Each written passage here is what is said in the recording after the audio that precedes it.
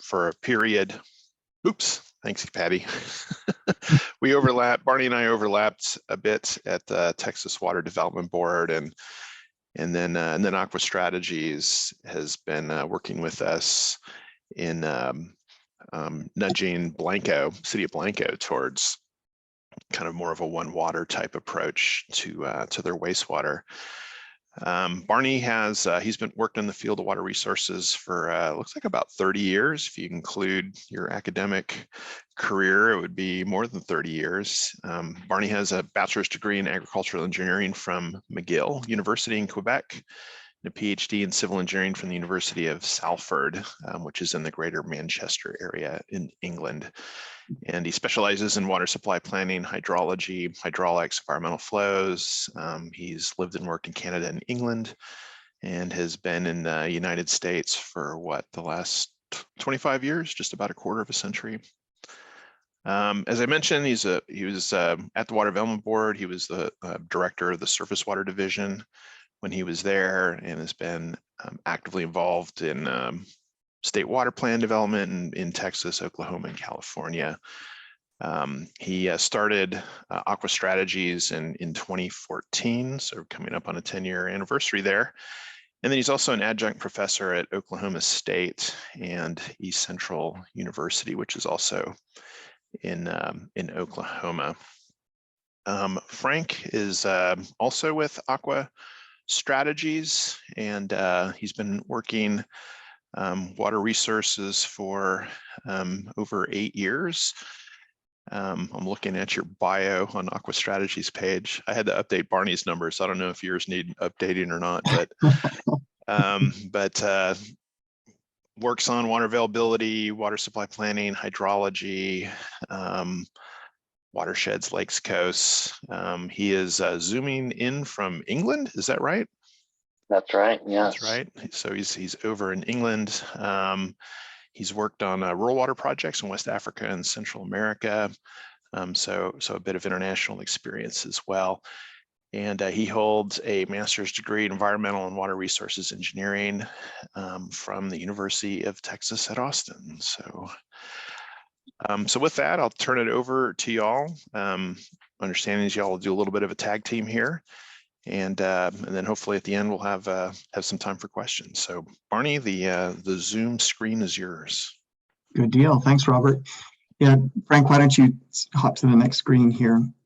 And Frank's going to talk about all the clever stuff, the modeling and numerical modeling work. But I wanted to provide a little bit of context and background for our presentation. We're going to be talking about an application of some climate model results to the Canadian River Basin through Oklahoma. And we've used a RiverWare model for that. And like to kind of step through the process of getting some results that are kind of interesting. But like I said, let me provide a little bit of background and context for you. The Choctaw and Chickasaw nations in Southeast Oklahoma have a really good relationship with the South Central Climate Adaptation Science Center. In fact, they're partners in that organization. The South Central Climate Adaptation Science Center is based at OU, but they're partnered with a number of other universities as well as the tribes here. And like I said, the tribes are partners in that. And so what that does is help the federal government consider tribal issues in their climate change studies.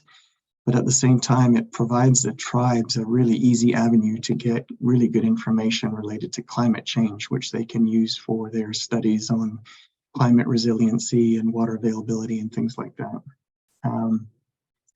So the Canadian River Project is ongoing, and like I said, Frank's going to talk about it. But let me provide a little bit of background for you. Next slide, Frank.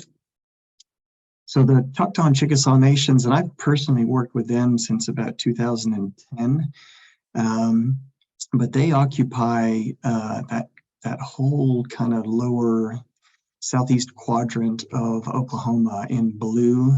There you see South Central is the Chickasaw nations, and in a sort of peach color is Choctaw nations near that number 2 in the southeast corner. And combined, they cover about 22 counties. in total. And Oklahoma, unlike other states, are not living on reservations per se. They have a jurisdictional area and some authority, although it's fairly limited. And so both of those tribes have a lot of revenue from gaming activities that they plow back into the community.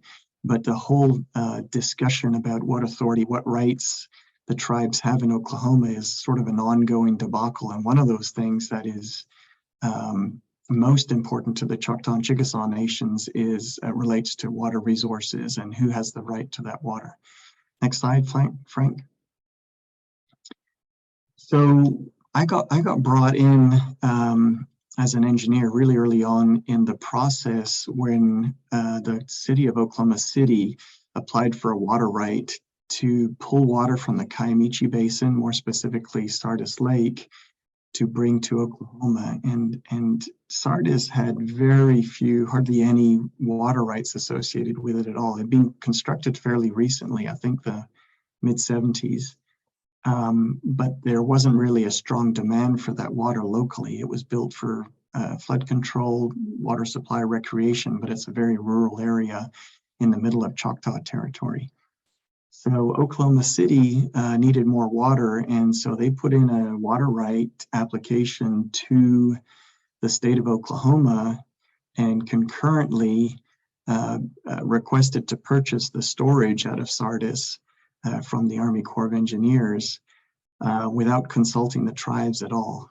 And so the tribes took exception to that, of course, and approached the state, and the state said, well, it's not your water, and approached the Corps of Engineers, and they said, well, you know, they've paid for the storage, so they're entitled to, so they can get that water. So the tribes filed a federal lawsuit, and the consequence of that was pretty interesting, actually. Over a 5-year period, there was a prolonged negotiation process. Well, first, the federal judge said, look, you guys, this is fairly straightforward and fairly technical. This doesn't need to be dragged through the federal courts. So use a mediator and see if you can come to a solution yourselves. And it turned out that by developing some somewhat sophisticated water availability models, we were able to come up with a compromise which both protected Lake Sardis. You know, the water right application would allow the lake to empty out completely if Oklahoma City needed all that water, as well as dry out the river in its entirety. And by the way, the system of water rights administration and rules in Oklahoma is extremely unsophisticated. They allow the permitting of the entire average annual flow of a river. And everyone who knows water resources knows that the flow in rivers varies a lot. And so in a dry year, you could potentially at least dry out a river completely. So long story short on that, after 4 or 5 years, we were able to compromise. The city accepted slightly less water than they were hoping for, about 20% less, which allowed the tribes to protect Lake Sardis and also provide flows in the river. There's a bypass flow that is enacted, so the city is not able to, through pumping at least, dry out the river completely. Next slide, Frank. So while we were, so it resulted in a historic water settlement, and that was codified back in 2016.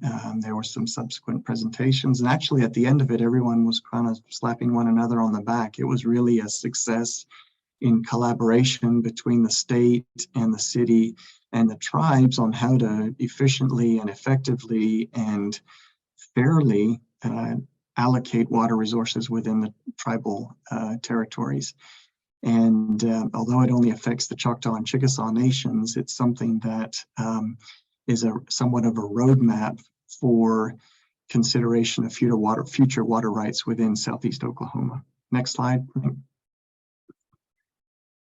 So while we were wrapping up that project, you'll probably remember at the end of 2014, it was extremely dry in Texas. It was extremely dry in Oklahoma as well. And Lake Texoma, which borders both of those tribes, went in a really short period of time from the lake levels being as low as they had ever been to being as high as they'd ever been later in 2015. In fact, if you look at the hydrograph, which I don't have here, it's pretty impressive how the lake goes from, like I said, low as it's ever been to highest it's ever been in really a short period of time.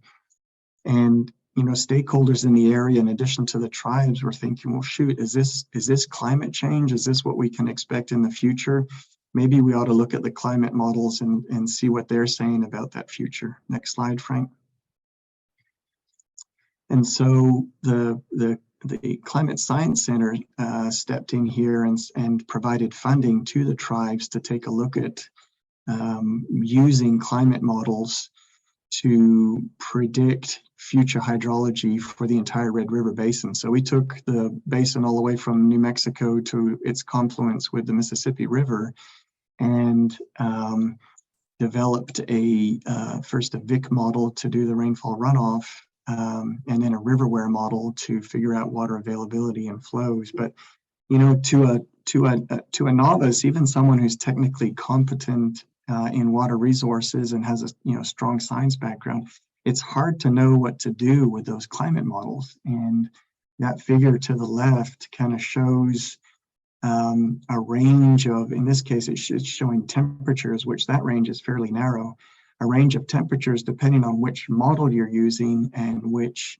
emission scenario you're using, or RCP. And you can see if you project that out to 2010, there's a broad range. So what do you do with that information? And those figures B and C show how that climate varies around the globe in the future, how it's predicted to change around the globe, with it being more of an impact at the poles, obviously, than at the equator.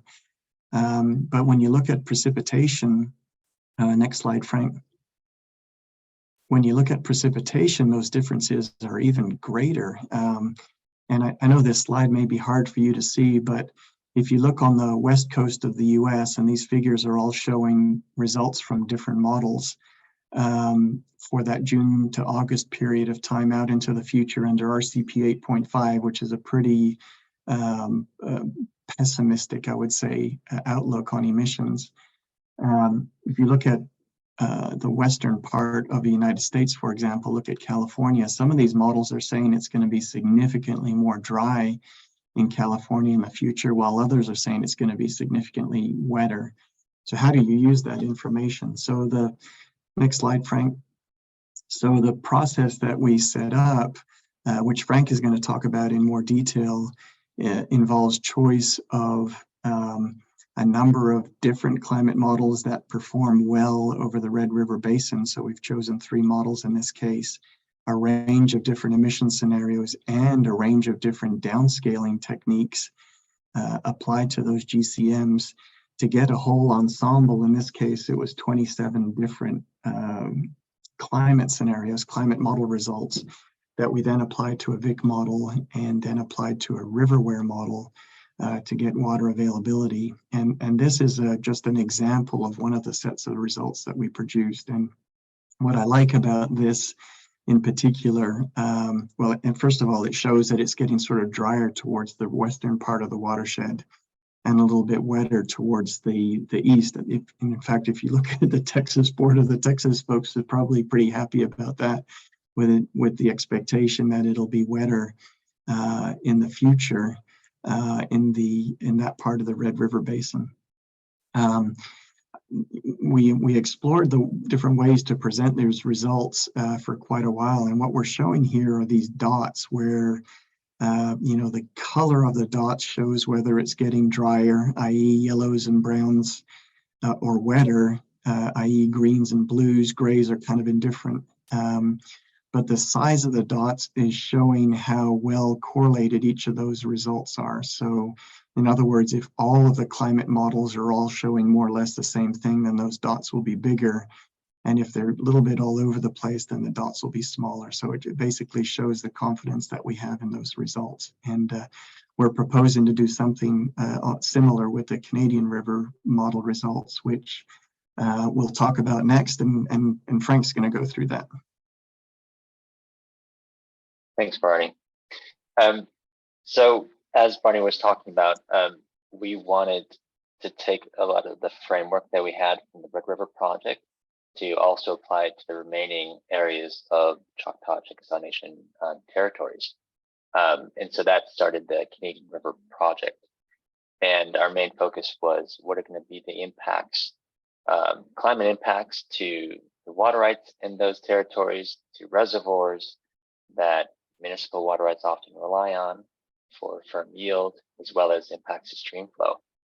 And then, as we started developing the project, we identified other impacts we wanted to explore within the model. And those were different reservoir policy approaches that I'll talk about a little bit later, future water demands and how those might impact stream flow. And that's all put into the perspective of let's build a model that we could also use beyond this project. And Barney touched a little bit about that as well, that there are a lot of other potential uses since there aren't any existing useful water availability models in Oklahoma. We wanted this to also build a foundation for other studies. So we first identified those different climate scenarios, used those as inputs into a rainfall runoff model, which generated flows without any sort of reservoir or diversion impacts, and then put that into a water availability model to then study, finally, those impacts. So regarding the climate projection scenarios, we worked with Derek Rosendahl at OU, who's also associated with the South Central Cast, in identifying the different scenarios that would properly characterize the region and what our priorities were in the study. So we first were able to turn to an existing climate data set, which was really useful to jumpstart this process. And then identified the priorities that we were wanting to explore with the model itself.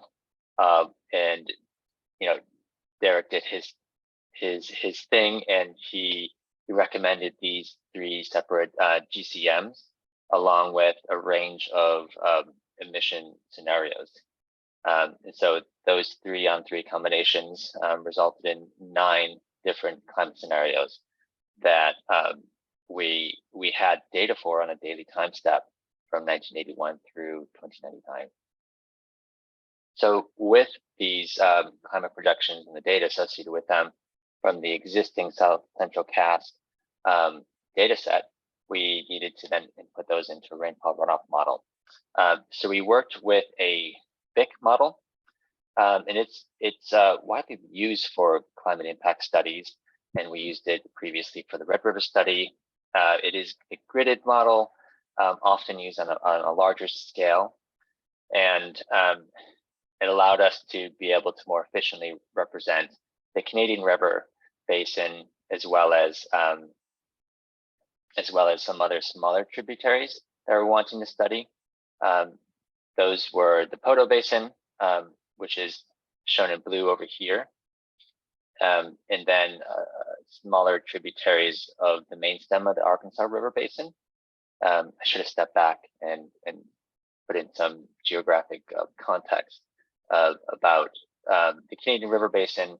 I think we're all fairly well aware of it. It starts up in New Mexico, travels through Texas and Oklahoma before it empties into the Arkansas River. And so this BIC model focused and was calibrated just within the Canadian River Basin and those corresponding tributaries that I mentioned. So we were able to use a fairly sophisticated multi-site calibration approach, which utilized existing gauges throughout the watershed.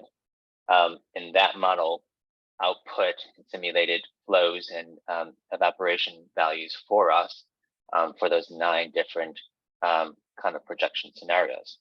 With these data, we needed to then input that into a water availability model to look at those individual water rights and reservoirs in the primary model region. And again, that's the area that is in the Canadian River Basin that is overlapping the tribal territories. So in Oklahoma, there aren't any existing useful water availability models. As Barney mentioned, They permit based on mean available or mean annual flow, and that doesn't consider the seasonal variability. So we've turned to RiverWare in the past for a number of different projects and wanted to use it here as well. And it's inherently not a model, an H&H model. It's not like a pipeline distribution model. It is primarily an accounting mass balance kind of approach to modeling diversions, reservoir operations. But it has a lot of additional functionality. So if you have a lot of those inputs from climate models, from rainfall runoff models, you're able to model a lot of those additional components, such as stream channel routing, travel time, gains and losses, reservoir flood operations, or individual water rights, and most importantly, seniority order, which is obviously really important in Texas and Oklahoma.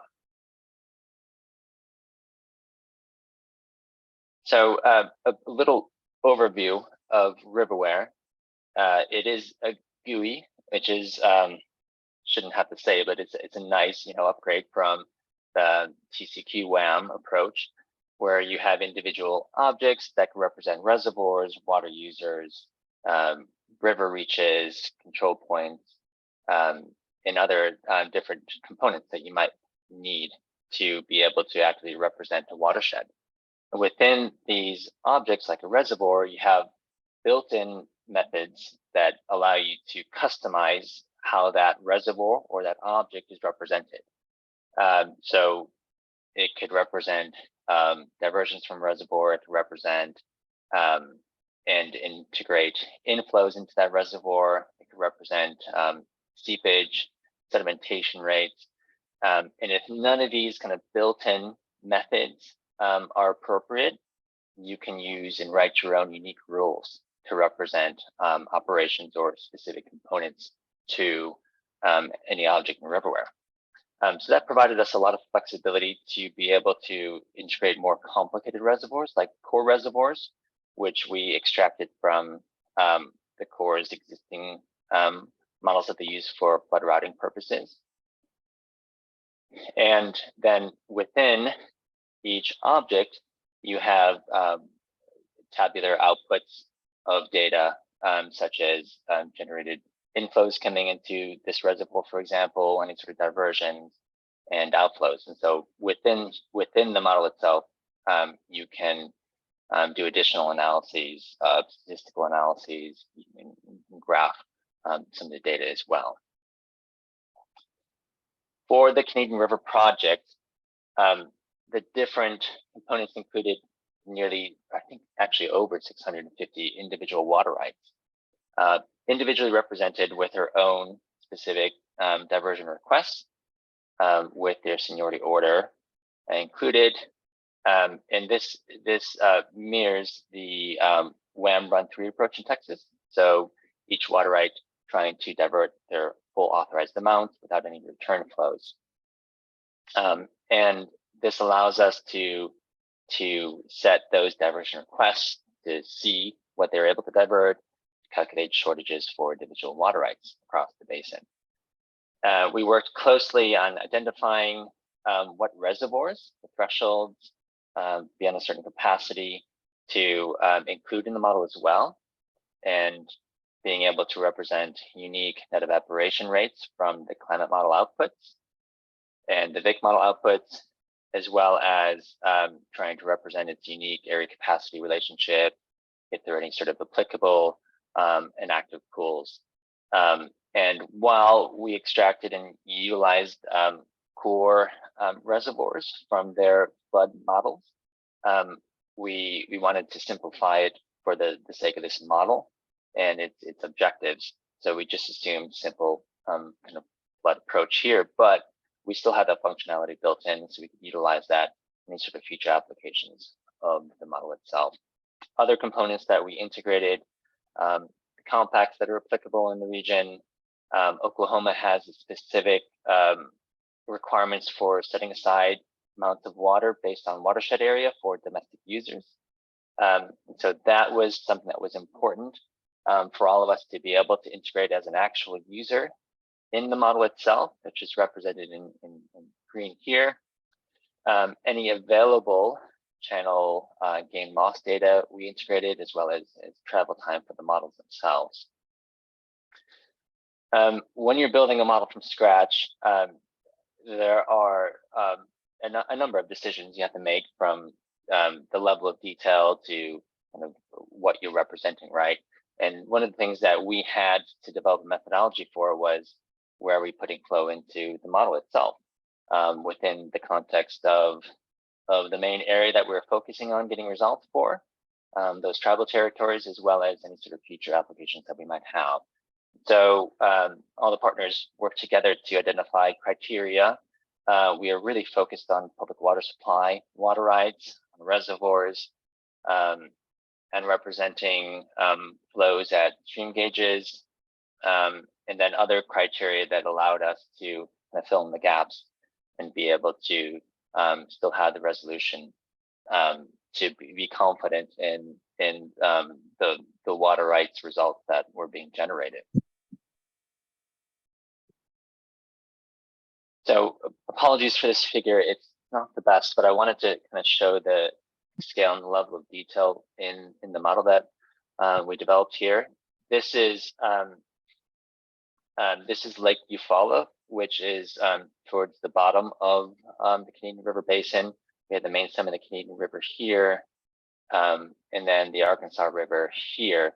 So this is towards the kind of to the right geographically of the model region, and overlapping some of the tribal territories as well.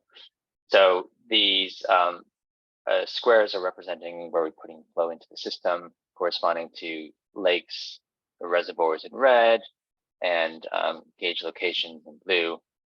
And then also all the reservoirs that we did include are also labeled here as well for reference. Using that same scope, just switching from reservoirs and flow input locations, showing now the diversions corresponding to the water rights and how they're being represented, and the corresponding sizes of authorized diversion amounts. So we're seeing a lot on reservoirs, which is often corresponding to municipal supplies. One of the topics that have actually emerged through working collaboratively with the Oklahoma Water Resources Board on this project was defining different policy assumptions around reservoir operations in Oklahoma. There's quite a bit of ambiguity around Oklahoma water law regarding reservoirs and their ability to protect their firm yields. And so we needed to be able to have some sort of representation in rules or within methods within each reservoir to be able to successfully run the model, and also be able to explore the variability in different policies for reservoirs. So let me step back and explain in a little bit more detail. While you can be issued a water right in a reservoir, and you can have a seniority date, by default, you're really only allowed to divert from the storage of the reservoir. You're not allowed to divert inflows or curtail upstream water rights that might be junior to you. In the reservoir itself, while it might have a permit to be built, it doesn't have a specific water right associated with it, so it doesn't have a priority date. And so the question that we narrowed in on is, well, how and when does a water right on a reservoir have the ability to protect its yield? You know, it has a senior date, priority date to perhaps a lot of recently issued water rights upstream of it, but there's ambiguity about when that reservoir water right can actually start curtailing an upstream junior water right. If by default, it can only divert from reservoir storage. So because of that variability, we wanted to have a bookend approach to be able to study and show results showing that impact on the reservoir water rights. So the first seniority or scenario that we assumed was the least protective for the reservoir water rights. So when that reservoir water right was actively experiencing shortages, that's when we could start diverting inflows and curtailing upstream junior water rights. So that's a condition when the reservoir is nearly empty. The most protective assumption that we built in was allowing that reservoir water right to start curtailing upstream juniors and diverting inflows once the storage dropped below full capacity. And then OWB staff put forward something in the middle, which is more similar to perhaps a safe yield. So 1 year of storage corresponding to the combined authorized diversion amount on the reservoir. Once that volume dropped below that amount, then those reservoir water rights can start curtailing juniors upstream of it. And I think this was of particular interest to tribes as well, because there's that uncertainty about how these reservoir water rights can protect their yields, better understanding what the impacts might be from the extremes about different scenarios and policies for the reservoirs was important for us to be able to study as well. Other scenarios that we wanted to be able to integrate were about future demands that are projected in Oklahoma. So we utilized existing data from the Oklahoma Water Resources Board and the Comprehensive Water Plan, as well as other Texas data to put in demand increases by 2060. And then unique to Oklahoma is that permitting concept that OWRB can permit up to the mean annual flow in a basin. So the tribes were quite interested in looking at what would stream flow look like if a basin was considered fully appropriated by OWRB standard. So that was another scenario that we integrated into the model to be able to run and to explore under future climate conditions as well. I touched on this a little bit earlier, but in terms of results and what we're wanting to really focus on in our reporting, because this project is producing a lot of data, we're wanting to primarily explore the changes from those climate projections, but also those different reservoir policy assumptions, as well as what sort of future demands or potential permitting allowances, how they might change water rights and their reliabilities, and reservoir water levels, as well as impacts to stream flow. So there are different kind of interfaces that we're exploring at the moment for how to represent these data, from looking at long-term trends to taking some key vulnerable communities and their corresponding water rights to look at supply demand curves for them. So while they might have a large water right that might not be that reliable, that's not a reflection of their actual current needs, right?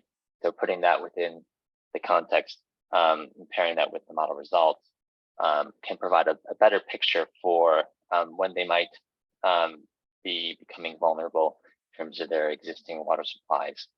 And then also looking at changes to storage through exceedance periods is a tool that we've been exploring. So we have some preliminary results I wanted to show and share with you all here, still draft values. But the first one is for a Runner River water right for a city that is in the Potter River Basin. If anyone is aware of this region of Oklahoma, this water right is trying to divert nearly 800 acre-feet per year. And we have 3 figures here for each of the emission scenarios, top, middle, and bottom for the most extreme, and showing each of the 3 climate models, and with a linear trend line showing any sort of generalized long-term trends that we might expect. And so what we're seeing on the more pessimistic emission scenario view, if we're comparing the historical period to those future periods, are years where they're having significantly less reliability in the amount that they're able to divert, and that on average starting to decrease through the decades. This next figure that I wanted to show, or these two figures, are for two reservoirs in the tribal territories, the Lower Church Lake, which is also in the Poto Basin, as well as McAllister Lake, which feeds into tributary that feeds into Eufaula Lake. And so here we have the authorized storage capacity in that black horizontal line, and then we're showing the historical period, so from 1983 through 2006 in the black dashed line, and then the three different emission scenarios for just a single climate model here. So for Lower Church Lake, where in the historical period, it never emptied, we're seeing more frequent periods where it is running empty, which is going to be, a significant, impact for the city that relies on the water for its water supply. And McAllister Lake, which is already over appropriated according to its firm yield, it already had significant periods where it was running empty, but that just increases through these future scenarios here. Some other results that we're looking at are stream flow changes. So this is similar to the first figure that I showed, showing the historical period, a linear trend line for the different emission projections. And it's hard to pull out any sort of significant trends for the RCP 2.6, but we are starting to see decreases over the decades for the more pessimistic emission scenarios here. And this is a USGS gauge site, Maiden River at Calvin, which is upstream of Lake Eufaula. So we are in the phase right now of the project where we just finished running all the different model scenarios, 40 in total, and just starting to explore a lot of the data and exploring with all the partners how we want to be able to represent these data, how we want to process, and what we want to show in the report.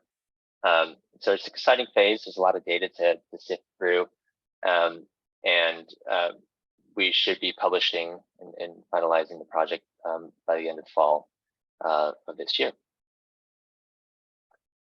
So I think I'll turn it back over to Barney to wrap things up. Yeah, thanks, Frank. Actually, I think this is our last slide, so we should be done here in a minute, but I wanted to talk a little bit about when Robert and I were at the Texas Water Development Board, and we were working on the 2007 State Water Plan, and we were expressly forbidden to even mention the term climate change, let alone do anything with that kind of information. And, Robert and I were scientists, so we were kind of creative and creatively kind of approached that problem. And I think we had a chapter that I contributed to. I think Robert did it as well, on uncertainty. And, the assumption that the last 50 years of hydrology are going to look exactly like the next 50 years of hydrology is perhaps a flawed assumption, even if you don't believe in climate change. But we've moved on since then, which is awesome. And in fact, the Water Development Board has funded some climate change studies. And one of the ones we are about to get started on is actually the second phase of a study for the Water Development Board, where we're developing floodplain maps for the entire state, which that was phase one. That's done already. And now we are going to look at developing floodplain maps under a changed climate in the future. So some of those models, many of the models are showing that we should expect more extreme precipitation in the future. We're going to get sea level rise and potentially greater storm surges. So how do you feed that information into a model? And in this case, we're using the Fathom model that is a simplification, contains a simplification to the shallow water equations for developing floodplain maps. And so we'll be able to present what we think the future 1 in 100 year and 1 in 500 year floodplain extents look like compared to what they were, what they are currently. So that's one thing. And then the Water Development Board actually funded a study looking at specifically what climate change would do to reservoir yield. But they were looking at it in the context of uncertainty. And that's a project that we got about 3/4 the way through before the funding was pulled on that one. And the staff there were very happy with our work, but I guess folks with primarily river authorities with big water contracts, water sales contracts, got a little bit nervous about what the results might show and put a little bit of pressure on the political entities out there. And that pressure, it got a little too hot in the room, I guess is a good way to put it. And so we were asked to stop working on that. But we've also been discussing with the Corps of Engineers the potential or the possibility of using RiverWare to perhaps revisit the reservoir operating rules for some of these reservoirs to take into account potentially more extreme flooding and more extreme drought in the future as well, and perhaps how they should change the operation of those reservoirs.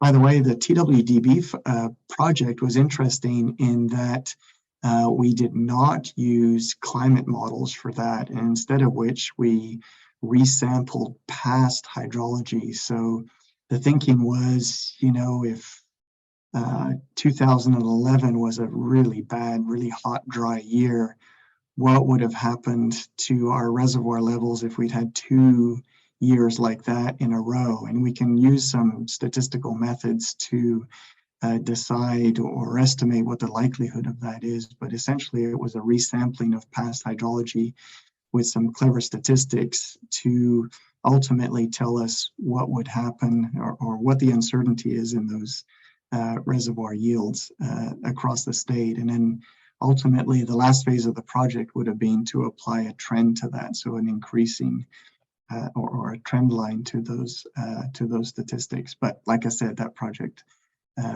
was halted before we got done. But I think that's all we have, Frank.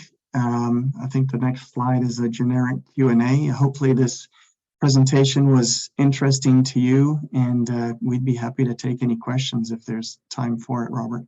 All right, thank you, Barney. It was interesting. If you listen closely, you can hear the cheers of appreciation. Anybody have a question that they want to ask Barney or Frank?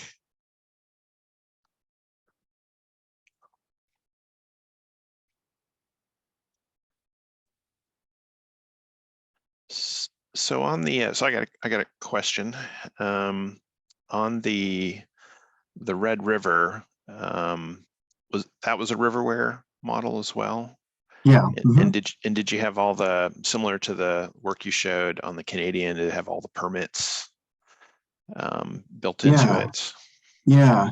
So we did have all the permits in it. What we did was to simplify the model. The RiverWare model is a fairly straightforward water accounting model, but when you build in a large number of nodes and a large number of reservoirs, it can take quite a long time to run.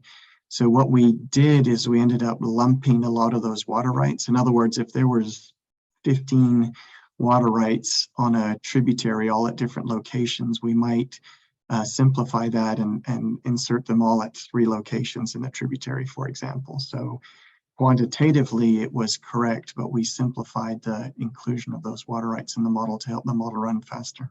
Mm-hmm. Okay. And that was for the first phase, right, Barney? The second phase, we looked at a more refined section of the Red River model that overlap the tribal territories. So in that phase, we did disaggregate the individual water rights to be able to focus more on representing each one individually and getting more accurate results for those corresponding water rights, and also adding in from those medium to smaller size reservoirs that are important to local communities for the water supply. Yeah, and that's a good point, Frank, because there were several subsequent studies on our Red River study. I kind of showed you the results from the phase 1, but we did 2 more studies ourselves that were funded by the Climate Science Center. One that was looking at in-stream flows and how in-stream flows would be affected. And then another one was kind of on the refinement, more specifically for the area over the Choctaw and Chickasaw Nation.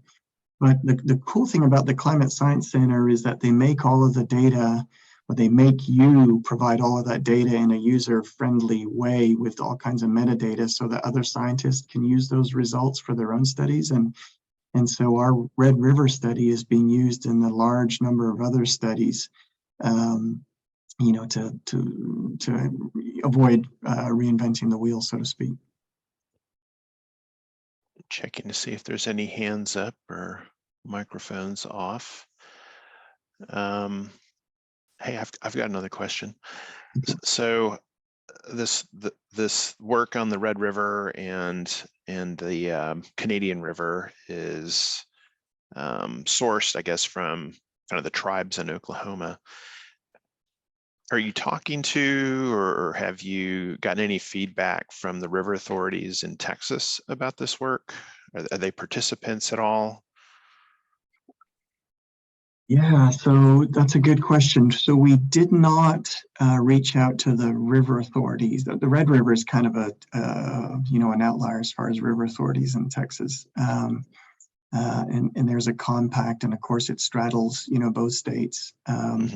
The Canadian River project, we've been much more inclusive of stakeholders on that, but what we've done is include the state agencies there, and built the model there collaboratively. And one of the reasons we've done that is the expectation is that the RiverWare model is going to be used in future water settlement discussions on new water rights in the tribal territory. So we wanted them to participate and be comfortable with the model that we're developing. And these RiverWare models are super cool, particularly in Oklahoma, because the state has indicated that they want to move from an average annual flow type approach for determining or making decisions on water right applications to something more sophisticated. And they've indicated that they want to use RiverWare for that purpose. So it's a much more collaborative approach now than it was when we first got started. Yeah, and my intent wasn't for that question to be a criticism if you interpret it that way. It was just curious on what those politics look like, you know, knowing the sensitivities of Texans and climate change and river authorities and climate change. Yeah. Actually, Robert, this is kind of a sidebar comment here, but you may not be aware that there's a new project that started up with funding from the Bureau of Reclamation and the NERDA, the federal agency NERDA, on Lake Texoma, and it's a Lake Texoma watershed study.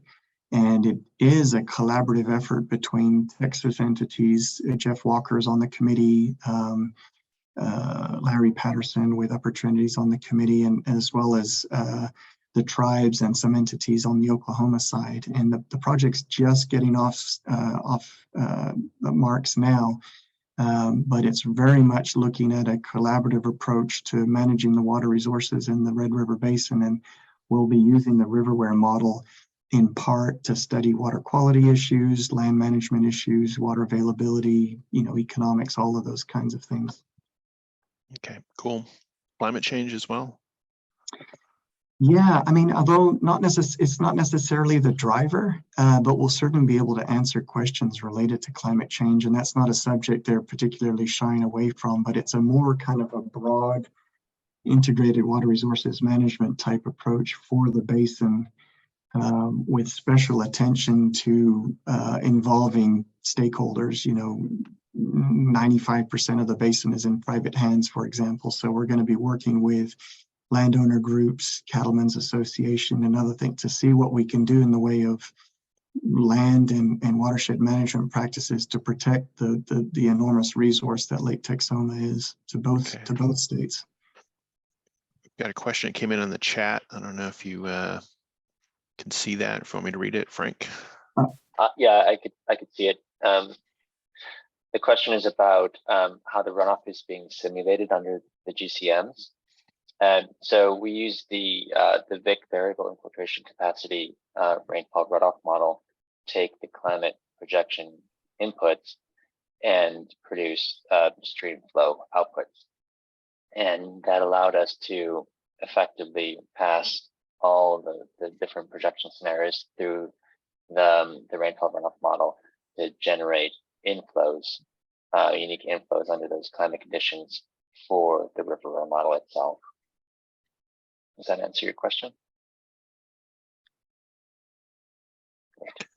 So I think that, Robert, real quick on that, just as a follow-up, you know, the RiverWare works like the WAMs in that it needs a naturalized flow as an input, and developing those naturalized flow input files is, I mean, it's super time consuming, and it's time consuming to do it on a monthly basis.